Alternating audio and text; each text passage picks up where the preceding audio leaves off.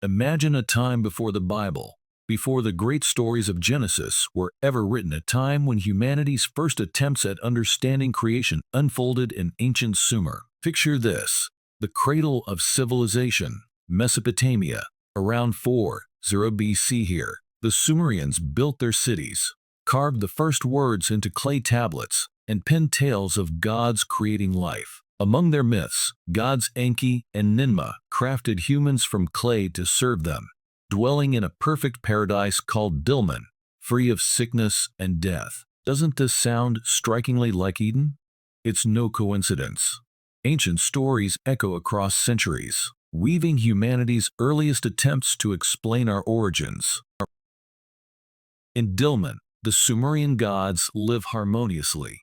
Yet their creation of humans wasn't an act of generosity, it was necessity. Humans were crafted to labor, to provide for their creators. The gods used clay and divine breath, infusing these new beings with life. This concept resonates later in the Bible, when Adam is formed from dust. Could it be that Genesis borrowed from these earlier myths? Cultural stories traveled widely in ancient times, and the Hebrews, during their exile in Babylon, would have encountered Sumerian tales. Over generations, these narratives melded into what we now recognize as the story of Adam and Eve. Enjoying the story? Like, subscribe, and share to support us. Let's continue. In Dilmun, there wasn't just harmony, there was also a serpent. However, this serpent wasn't a villain, but a symbol of healing and transformation. In one myth, the serpent even aids Enki during a divine conflict. Over time, the serpent's role changed, and in the Bible, it became the deceiver. Could this reinterpretation have been intentional? The transformation of the serpent's symbolism across cultures reveals deeper tensions between old traditions and emerging beliefs. As we shift from Sumer to the Bible, the Garden of Eden emerges as a reimagining of Dilmun. This paradise isn't just a setting, it's an archetype. In both myths, humanity is created to dwell in perfection, but the harmony is fragile. A forbidden act of boundary broken shatters paradise. In the Bible, it's eating the fruit. In Sumerian myths, it's disobedience to the gods. Both tales echo the fragility of balance and the cost of knowledge. These ancient stories aren't just myths, they reflect cultural values. In Sumer, humans were servants to gods, while the Bible introduces a moral dimension, humans as caretakers of the earth, bound by divine law. The shift highlights a growing sense of human autonomy. Could the serpent offering Eve knowledge symbolize this growing independence? The ancient world wasn't just about telling stories, it was about wrestling with the meaning of existence. The serpent's role takes on new depth when explored through the lens of Gnostic texts. In these forbidden writings, the serpent isn't a deceiver, but a liberator. Offering knowledge to Adam and Eve isn't an act of trickery, but of awakening. The Gnostic reinterpretation paints the God of Eden not as the supreme creator, but as a flawed, lower deity seeking to suppress humanity's potential. Eating the fruit becomes a moment of enlightenment, not sin, a revolutionary perspective on an age-old tale.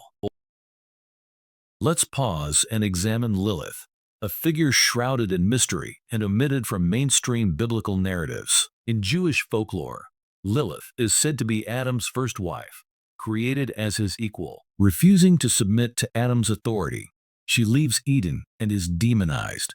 Could Lilith represent humanity's primal desire for autonomy? Her story, erased from the Bible, reemerges as a symbol of rebellion against hierarchical order, a parallel to the serpent's defiance.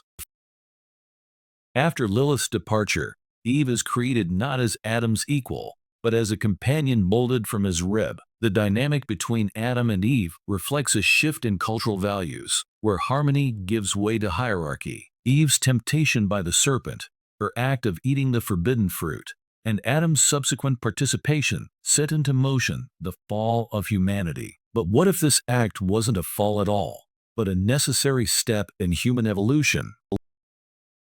Across the world, myths of human creation mirror the themes of Eden. In ancient India, the Rig Veda speaks of Purusha, a cosmic being sacrificed to create the universe. his body forming humanity. This brutal yet poetic origin story parallels Adam's creation from dust, a divine act connecting humans to the earth. These narratives speak to humanity's universal longing to understand our place in creation. In ancient Egypt, creation myths took a different turn. The god Atum creates the first humans from his own essence, sneezing them into existence. These humans are tasked not with obedience, but with battling chaos, represented by the serpent god Apep. Unlike the passive Adam and Eve, these humans are active participants in maintaining cosmic order, reflecting the Egyptians' worldview of balance and struggle. In Chinese creation mythology, the giant Pangu emerges from an egg of primordial chaos, separating heaven and earth. When he dies, his body transforms into mountains, rivers, and forests. Humans, however, are shaped by the goddess Nuwa, who molds them from clay by hand, breathing life into them. This act of personal care resonates with the idea of humans being intimately connected to their divine origins, shaped from earth itself, just as Adam was. Similarly, in Mesoamerican mythology, the gods struggle to create humanity. The Mayan Popol Vuh recounts multiple failed attempts. Humans made of mud collapse, those of wood lack souls. But finally, beings of maize are crafted, the sacred essence of life for the Mayans. These trials mirror humanity's imperfection and the divine effort to create beings capable of understanding their place in the cosmos. In these global myths, there's a recurring theme. Humanity's creation isn't perfect. It's iterative, filled with trial and error.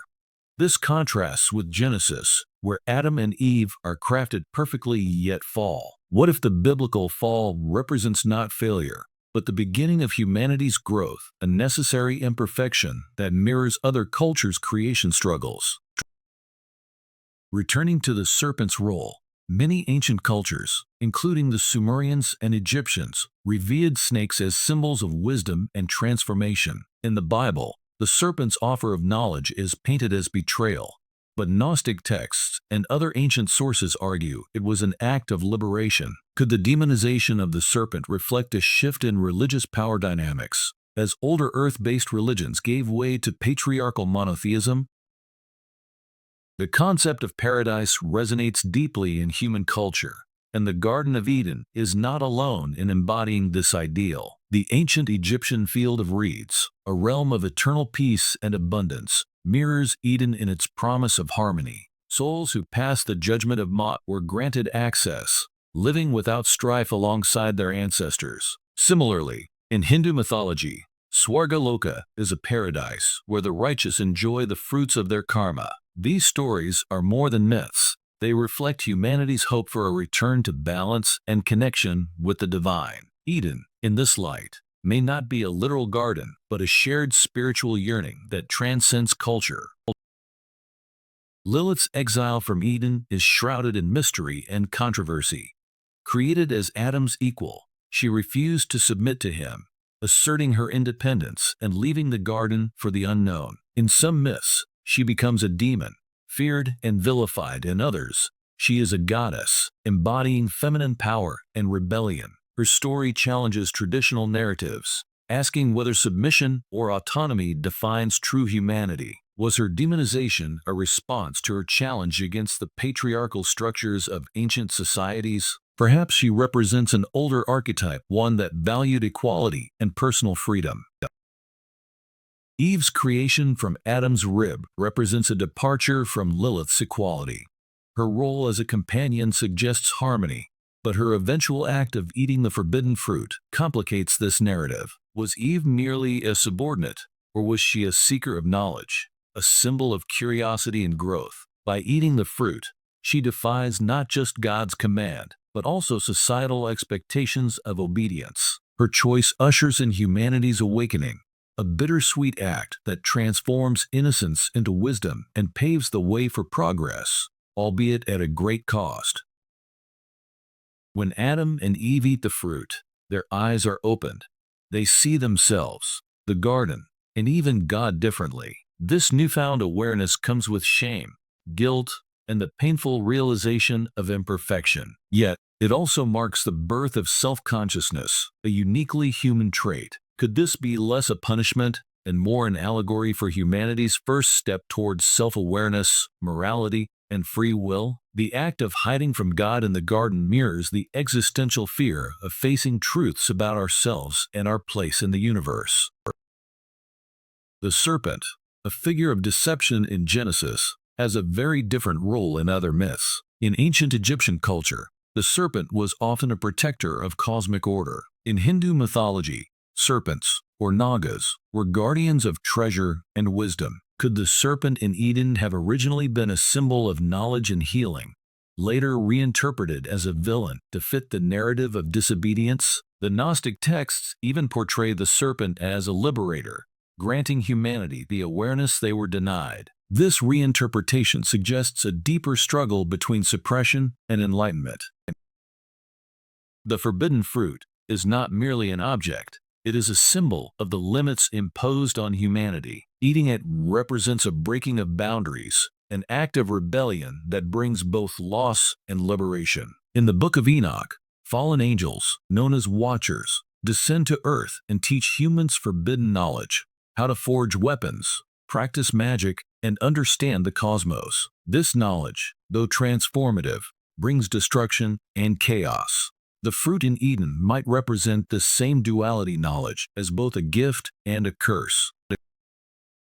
The flood, a central theme in Genesis, is not unique to the Bible. The Sumerian epic of Gilgamesh recounts a great deluge sent by the gods to cleanse the earth of corruption. The flood narrative is echoed in cultures worldwide, from the Mayans to the ancient Chinese. Could these tales stem from a real cataclysmic event, like a massive flood during the Ice Age? Eden's destruction and the flood's cleansing may symbolize humanity's cyclical rise and fall, as civilizations grow, falter, and rebuild.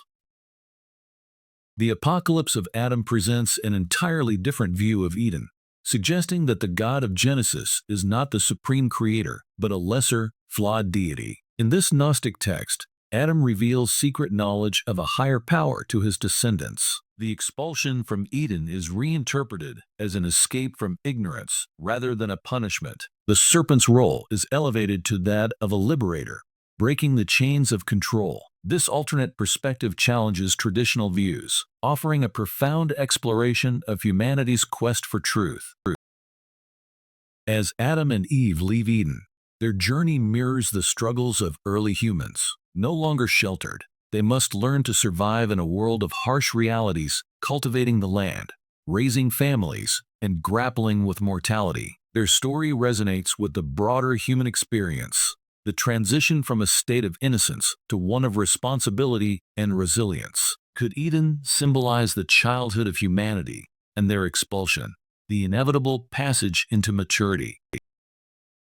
The geographical clues in Genesis place Eden near the Tigris and Euphrates rivers in Mesopotamia, aligning with the cradle of civilization. Some scholars suggest that Eden represents a memory of a lost golden age, perhaps an advanced culture that existed before recorded history. This could explain why so many creation myths, Sumerian, Babylonian, and beyond, center on rivers, gardens, and divine intervention. Göbekli Tepe, an archaeological site dating back over 12,000 years, has reshaped our understanding of early humanity, predating the advent of agriculture. This massive temple complex challenges the idea that organized religion followed farming. Could such sites hold the key to understanding the origins of myths like Eden? Perhaps the story of Adam and Eve reflects the spiritual practices and cosmological beliefs of these ancient societies. Knowledge, as symbolized by the fruit, often comes with a price. In myths around the world, humanity's acquisition of wisdom leads to both enlightenment and suffering. In Greek mythology, Prometheus stole fire from the gods to give to humanity, enduring eternal punishment for his defiance. The parallels to Eden are striking, a gift that transforms humanity, but at great cost. Could the story of Eden be an allegory for the double-edged sword of progress? The absence of Lilith from canonical texts reflects the erasure of feminine power from many religious narratives. Earlier myths revered goddesses as creators and protectors, but patriarchal systems often rebranded these figures as dangerous or chaotic. Lilith's story, however, endures as a symbol of resistance and autonomy, inspiring modern reinterpretations that celebrate her as a figure of empowerment. The serpent's symbolism extends beyond Eden, appearing in cultures worldwide as a figure of transformation and wisdom. In Mesoamerican traditions, Quetzalcoatl, the feathered serpent, is both creator and savior. In the Bible, however, the serpent's role is reduced to that of a deceiver. Could this reinterpretation reflect the suppression of older, earth-centered religions as monotheism rose to prominence? The recurring theme of humanity's creation from clay highlights our connection to the earth. Sumerian, Chinese, and Mayan myths describe humans molded by divine hands, while Genesis tells of Adam being formed from dust. These stories emphasize our shared origins and the belief that life is a sacred, deliberate act. Could these myths point to a universal truth about humanity's intrinsic bond with nature?